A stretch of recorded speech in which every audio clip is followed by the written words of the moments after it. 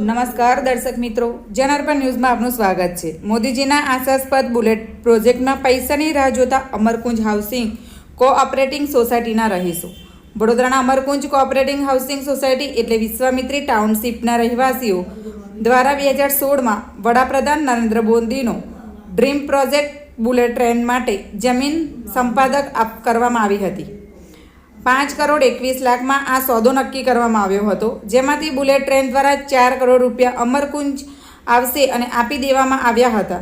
ત્યારે છેલ્લા 6 વર્ષથી 1 કરોડ 21 લાખ માટે ધક્કા ખાતા અમરકુંજ હાઉસિંગ કોઓપરેટિવ સોસાયટીના રહેવાસીઓ તારીખ 24ના રોજ દેશના યશસ્વી વડાપ્રધાન નરેન્દ્ર મોદી જ્યારે વડોદરાના મહેમાન બનવાના છે, ત્યારે તેમના કામ સુધી આ વાત પહોંચે તેવા હેતુ સાથે આજે તે લોકોએ વિરોધ નહીં પણ અનુરોધ કરી મીડિયા સમક્ષ પોતાની વેદના ઠાલવી હતી।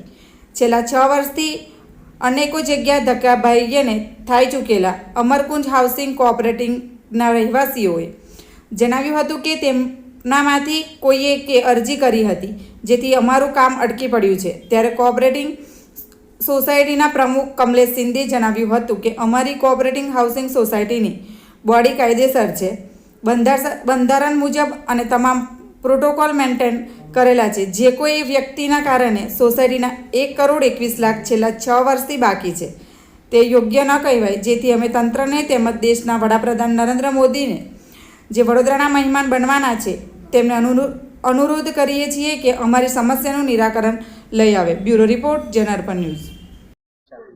રજૂઆતની અંદર એવું છે કે અમારે મોદી સાહેબના એક ડ્રીમ પ્રોજેક્ટ અમે લોકો અમરકુંજ સોસાયટીનું પ્રમુખ બોલું છું પહેલાં અને અમારો મોદી સાહેબના એક ડ્રીમ પ્રોજેક્ટ હતો અમારો કે સોલારનો।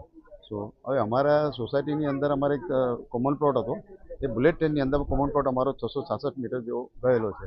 એટલે એના વળતર રૂપે અમને બુલેટ ટ્રેનવાળાએ 5 કરોડ 21 લાખ રૂપિયા નક્કી કરેલા હતા। એમાંથી 4 કરોડ રૂપિયા ફાળવ્યા છે, એમાંથી 1 કરોડ 21 લાખ રૂપિયા આજ સુધી 6 વર્ષ થઈ ગયા છે, પણ આજ દિન સુધી અમને પૈસા મળ્યા નથી। એટલે અમે ઘણી રજૂઆતો કરી ત્યાં આજે 4-5 વર્ષથી, ભાઈ સાહેબ આપવું શું છે શું નહીં। હવે ગઈકાલે પછી અમે લોકો એક ટોળું લઈને ગયા ત્યારે સાહેબે એવું કીધું કે ભાઈ તમારી અરજી છે, આ છે। સાહેબ કોની અરજી છે? આ પૈસા છે અમરકુંજ સોસાયટીના છે, આ કોઈ પર્સનલ માણસના નથી, બરાબર? એટલે અમરકુંજના પૈસા છે એ અમરકુંજ સોસાયટીના ખાતામાં જમા થયો। કોઈ બીજો માણસ ચાલતો માણસ હોય એ અરજી કરી જાય, એ અરજી તમે કેવી રીતે સ્વીકારી છે?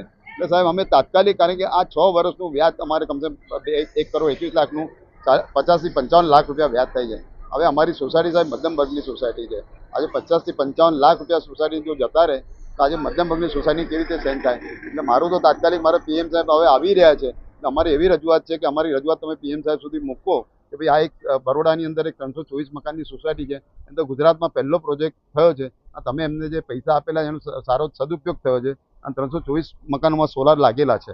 હવે એની અંદર જે 1 કરોડ 21 લાખ રૂપિયા બાકી છે એ 6 વર્ષ થઈ ગયા તો સાહેબ આવતા નથી। એનામાં તાત્કાલિક એને કોઈ પણ જે અધિકારીઓ હોય એમની ઇન્ક્વાયરી કરી અને તાત્કાલિક અમારા પૈસા મળે એવું અમારી એક રજૂઆત છે। ત્યારે આમનો કમલેશ શિંદે, હું અમરકુંજ સોસાયટીનો પ્રેસિડેન્ટ છું।